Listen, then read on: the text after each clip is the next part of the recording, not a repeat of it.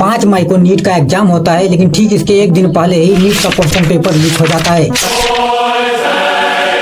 Patna police 5 मई को exam होने से 2 घंटा पहले ही क्वेश्चन पेपर लीक करवाने वाले 8 लोगों को गिरफ्तार करता है और पुलिस के इन्वेस्टिगेशन के बाद सिकंदर यदुवेंदु का नाम पेपर लीक करवाने के मामले में सामने आता है।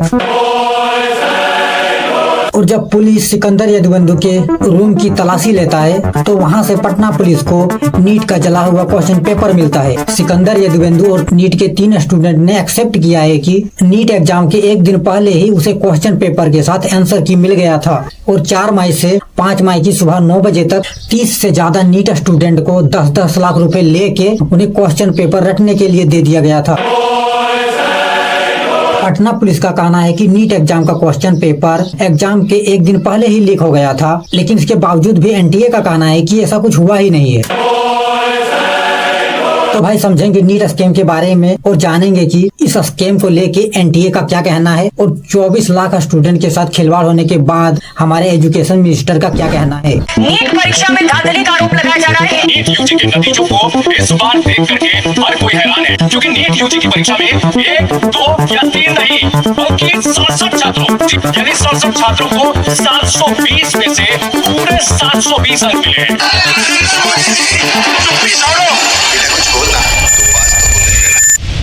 तो भाई सबको पता ही होगा कि नीट का एग्जाम 5 मई को हुआ था और एग्जाम के ठीक एक दिन पहले ही नीट का क्वेश्चन पेपर लीक हो गया था और देश के 6 राज्यों में तो बहुत ही बड़े लेवल का स्कैम हुआ है, जिसमें बिहार, गुजरात, राजस्थान, हरियाणा और झारखंड का नाम है। इन राज्यों में तो लोगों ने 10 से 50 लाख रुपए देके जबरदस्त तरह से सेटिंग किया है। इस स्कैम में गुजरात के लगभग 16 छात्रों पर धोखाधड़ी करने का आरोप लगाया गया है और इन लोगों ने नीट की परीक्षा को धोखाधड़ी से पास करने के लिए 10-10 लाख रुपए का भुगतान किया है। उसके बाद बिहार, राजस्थान और झारखंड में तो सॉल्वर गैंग के लोगों पर 10 लाख रुपए कैश लेके परीक्षा देने का मामला सामने आया है और राजस्थान में एक युवक अपने भाई के बदले परीक्षा दे रहा था। राजस्थान के बाड़मेर में जहां भाई को डॉक्टर बनाने के लिए MBBS का छात्र नीट की परीक्षा देने के लिए पहुंचा था। हालांकि पुलिस ने दोनों भाइयों को गिरफ्तार कर लिया है और इस लड़के का नाम भागीरथ बताया जा रहा है। उसके बाद राजस्थान के भरतपुर में तो 10 लाख रुपए देकर कोई और ही एग्जाम दे रहा था। भरतपुर में एक छात्र की जगह परीक्षा दे रहे सॉल्वर गैंग के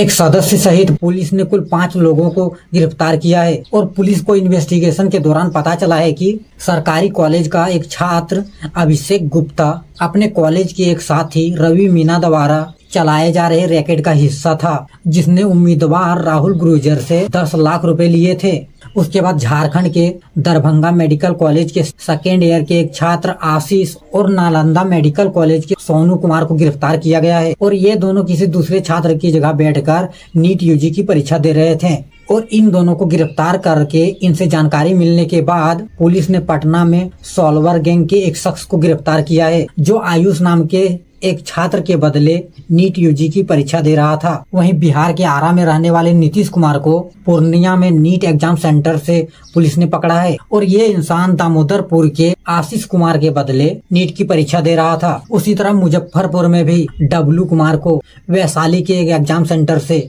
राम भज्जू कुमार के बदले नीट की परीक्षा देते हुए पुलिस ने पकड़ा है और इन सब के बीच डील ये हुआ था कि जितना उन्हें क्वेश्चन आता है उतना ही टिक करना है, उतने ही जवाब भरने हैं और बाकी सवाल खाली छोड़ देने थे। और जो खाली छूट गए हैं उन ओमआर सीट को तुषार भट्ट नाम के एक व्यक्ति सील करने से पहले भर देता था, जिसके लिए तुषार भट्ट ने प्रति स्टूडेंट से 10 लाख रुपए लिए हैं। इन्वेस्टिगेशन के दौरान पुलिस को deputy centre superintendent Tushar Bhatt के मोबाइल से व्हाट्सएप चैट मिला है, जिसमें कुछ स्टूडेंट के नाम और नंबर लिखे थे और ये मैसेज परशुराम रॉय नाम के एक व्यक्ति ने भेजा था। और तुषार भट्ट से पूछताछ के बाद तुषार भट्ट ने एक्सेप्ट किया है कि स्टूडेंट को अच्छे नंबर से पास करवाने के लिए 10 लाख रुपए तय हुए थे। उसके बाद गुजरात के गोधरा जिले के पंचमहल में तो कुछ स्टूडेंट ने मिलकर वहां के सेंटर का जो डिप्टी केंद्र अधीक्षक था उसे ही 10 लाख रुपए दे के सेट कर लिया था। 15 जून 2024 को गुजरात पुलिस ने पंचमहल जिले के गोधरा शहर में जलराम स्कूल के प्रिंसिपल सहित 5 लोगों को गिरफ्तार किया है। इन पर नीट यूजी की परीक्षा पास करवाने में मदद करने का आरोप है और इन लोगों ने 2.3 करोड़ रुपए स्टूडेंट के पेरेंट्स से चेक के माध्यम से लिया है, जिसको पुलिस ने जब्त किया है।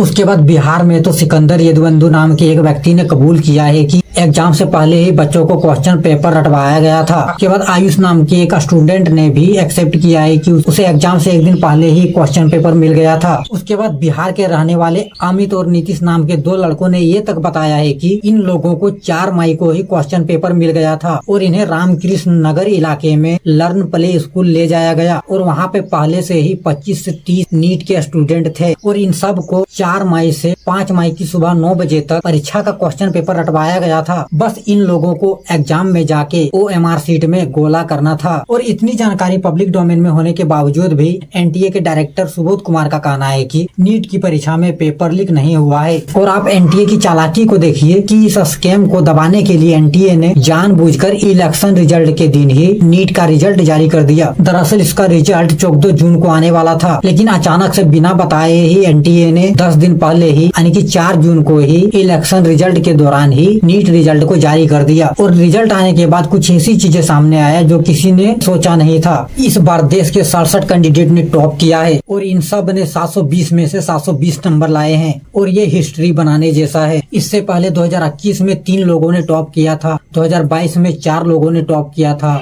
और 2023 में सिर्फ 2 लोग ही टॉप कर पाए थे। लेकिन इस बार एनटीए के एक गलत क्वेश्चन छापने की वजह से 67 स्टूडेंट ने टॉप किया है। दरअसल एनटीए ने इस बार फिजिक्स का एक क्वेश्चन गलत छाप दिया था। आप एक क्वेश्चन देखिए जिसमें फर्स्ट स्टेटमेंट में कहा गया है कि परमाणु विद्युत रूप से उदासीन होते हैं क्योंकि उनमें समान संख्या में धनात्मक और ऋणात्मक आवेश होते हैं। और सेकेंड स्टेटमेंट में बताया गया है कि प्रत्येक तत्व के परमाणु स्थिर होते हैं और अपना विशिष्ट स्पेक्ट्रम उत्सर्जित करते हैं। और ये 4 ऑप्शन थे जिसमें से एक को टिक करना था। क्वेश्चन के अकॉर्डिंग ऑप्शन 4 सही था, लेकिन इस पर एनटीए का कहना है कि इस क्वेश्चन में ऑप्शन 2 भी करेक्ट है। और इस क्वेश्चन को लेके 13,373 लोगों ने चैलेंज किया था और इस पर किसी का कहना था कि ऑप्शन 4 सही है और किसी ने ऑप्शन 2 को सही बताया था। और जब भी कोई स्टूडेंट किसी क्वेश्चन पर उंगली करता है, कहने का मतलब है किसी क्वेश्चन को गलत बता के या क्वेश्चन के ऑप्शन को गलत बता के उस क्वेश्चन को चैलेंज करता है, तो उसे बताना पड़ता है कि आप किस आधार पे उस क्वेश्चन को गलत बता रहे हैं और पूरा डिटेल सबमिट करना पड़ता है। और लोगों ने क्वेश्चन के ऑप्शन को गलत बताने का आधार बनाया एनसीईआरटी के बुक को। दरअसल कुछ लोगों ने एनसीईआरटी के न्यू एडिशन के बुक को पढ़ के एग्जाम दिया और कुछ लोगों ने एनसीईआरटी के पुराने बुक को पढ़ के एग्जाम दिया था। और जिस क्वेश्चन को लेके विवाद था उस क्वेश्चन को पुराने एनसीईआरटी के बुक में ऑप्शन 2 को